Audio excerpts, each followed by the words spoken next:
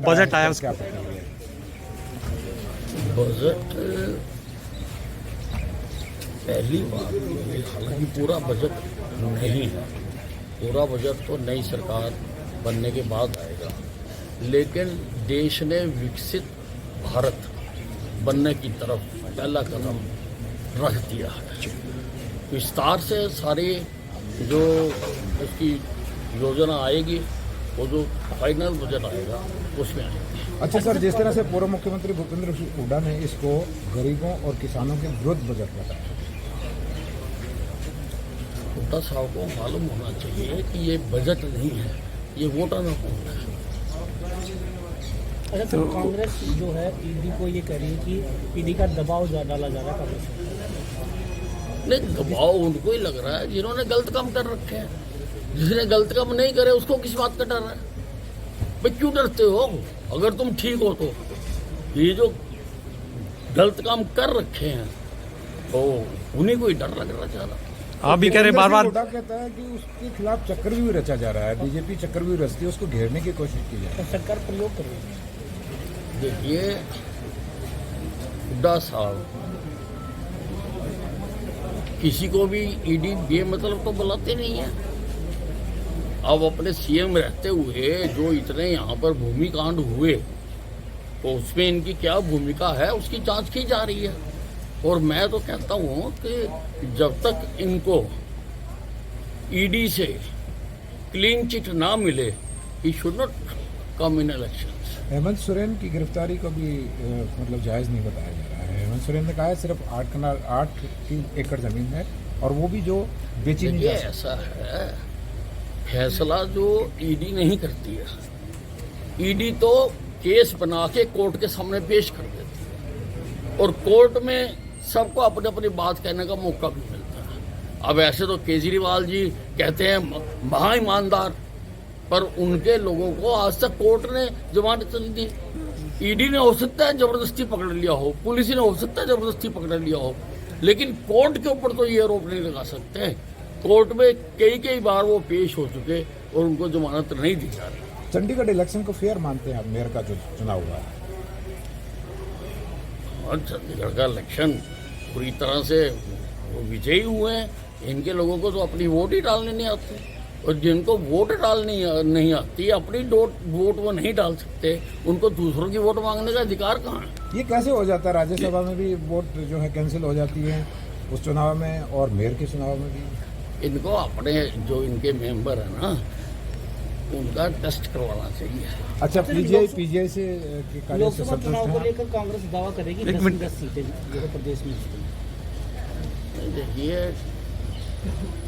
हर खिलाड़ी यही कहता है कि मैच में, लेकिन दीवार पे लिखी हुई इबारत को झूठा नहीं कहा जा सकता।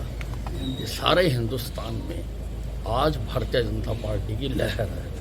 लोग सारी पार्टियों को देख चुके और कंपैरेटिव स्टडी करके उनका ये मत है कि केवल भारतीय जनता पार्टी ही इस देश को डिलीवर कर सकती है। तो इसलिए कोई पार्टी आए, सारे अपने आप को कहते रहेंगे, लेकिन अब वो इंडी भी कहती है। इंडी की तो बन चुकी भिंडी, उसको तो लोग तल के खा रहे हैं। अब सारे उनके छोड़ के चले गए, नीतीश छोड़ के चले गए, जो उनके जन्मदाता थे वही छोड़ के चले गए। पंजाब में कांग्रेस कह रही है कि हम आपको कोई सीट नहीं देंगे, आप कह रही है हम कांग्रेस को नहीं देंगे। दिल्ली में आप कह रही है हम कांग्रेस को नहीं देंगे। उत्तर प्रदेश में बिना इनसे बातचीत किए सीटें डिक्लेयर कर दी जाती हैं। तो कहाँ रहेंगे?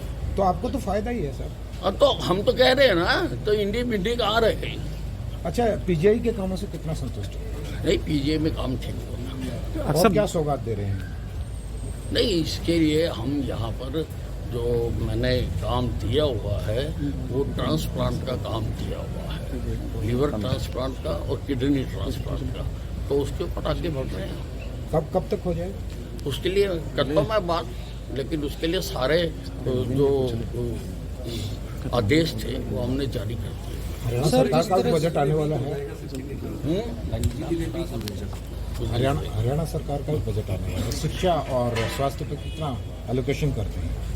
देखिए, जब मैं स्वास्थ्य मंत्री बना था तो स्वास्थ्य का बजट था 1600 करोड़ रुपए। पिछले बजट में था 9600 करोड़ रुपए और अगले बजट में हम और बढ़ाकर मांग रहे हैं, क्योंकि हम सारे प्रदेश के स्वास्थ्य स्ट्रक्चर को ठीक करना चाहते हैं। मैंने सारे हरियाणा की मैपिंग करवाई है और ये फर्स्ट टाइम किसी स्टेट ने सारे देश में करवाई है।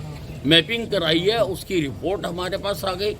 उस मैपिंग में कहाँ कहाँ पर हमारे पास क्या है और कहाँ पर क्या नहीं है मापदंडों के मुताबिक, कितने गैप्स हैं, सारा वो हमको बता रहे हैं। मैंने डिपार्टमेंट को कहा ये गैप्स को स्टडी करो, 2-3 साल का टारगेट रख के ये जितने गैप्स हैं इन सारों को फिलअप करो और उनको हम बता रहे हैं। आपका आयुष्मान जो कार्ड है वो कहीं न कहीं जीवनदायी नहीं बन रहा है लोगों के लिए, और उन लोगों के लिए जो जिनकी कैपेसिटी नहीं है इलाज कराने की, तो वो लोग उस चीज़ का फायदा काफ़ी प्रभावित हैं। नहीं, आयुष्मान भारत कार्ड से तो लोगों को बहुत लाभ हुआ है और हम तो रोज़ देखते हैं कि बिल्कुल गरीब परिवार के लोग भी अपना अच्छे अस्पताल में अपना इलाज करवा रहे हैं।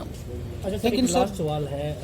आज मुख्यमंत्री भूपेंद्र सिंह हुड्डा जो है पटवारियों से मिले हैं और उन्होंने आश्वासन दिया कि अगर हमारी सरकार आती है तो सभी जो मांगे हैं वो पूरी की जाएंगी। तो पटवारी राजी हैं इस बात में, क्योंकि हुड्डे की तो आने ही नहीं सरकार करी। Thank you.